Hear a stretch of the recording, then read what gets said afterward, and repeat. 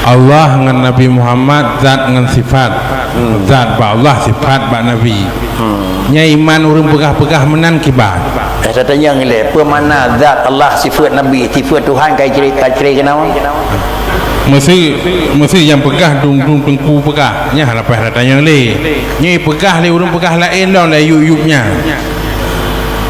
Ya, ente pegah le urang pegah lain.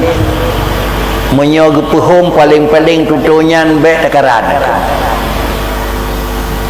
Sama dengan lebih god baik tak setet bak urang ja bak urang bak jame ni ko.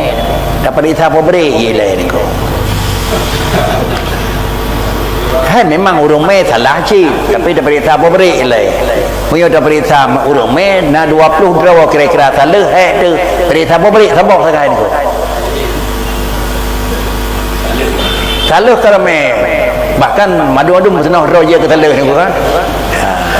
Tapi pobre ialah tiporan. Banyak pobre nyan produk tipo, maka tak beri salah. Le yang tukang tu tebit adalah Allah zat Muhammad sifat, mengkleh zat Allah dengan sifat. Badilung sang hanapat tadang.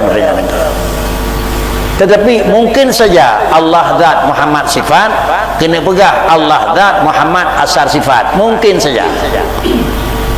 Cuman kiban yang enggak itu nyawa. Dalam yang kata murna-murna i'mal kalam mutakallif aula min ilghai.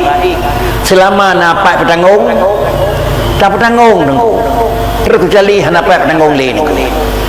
Selama napak petanggung tetap tak petanggung bila dengku. Terus kecuali napak petanggung le. Kibah napak petanggung le tak ada yang badon. Kibah mana dengku hana Allah Taala dengan kosong tiga yang kau kaitun. Yang napak petanggung le ni. Tuan menan yang le tuan jin. Tanya halan thong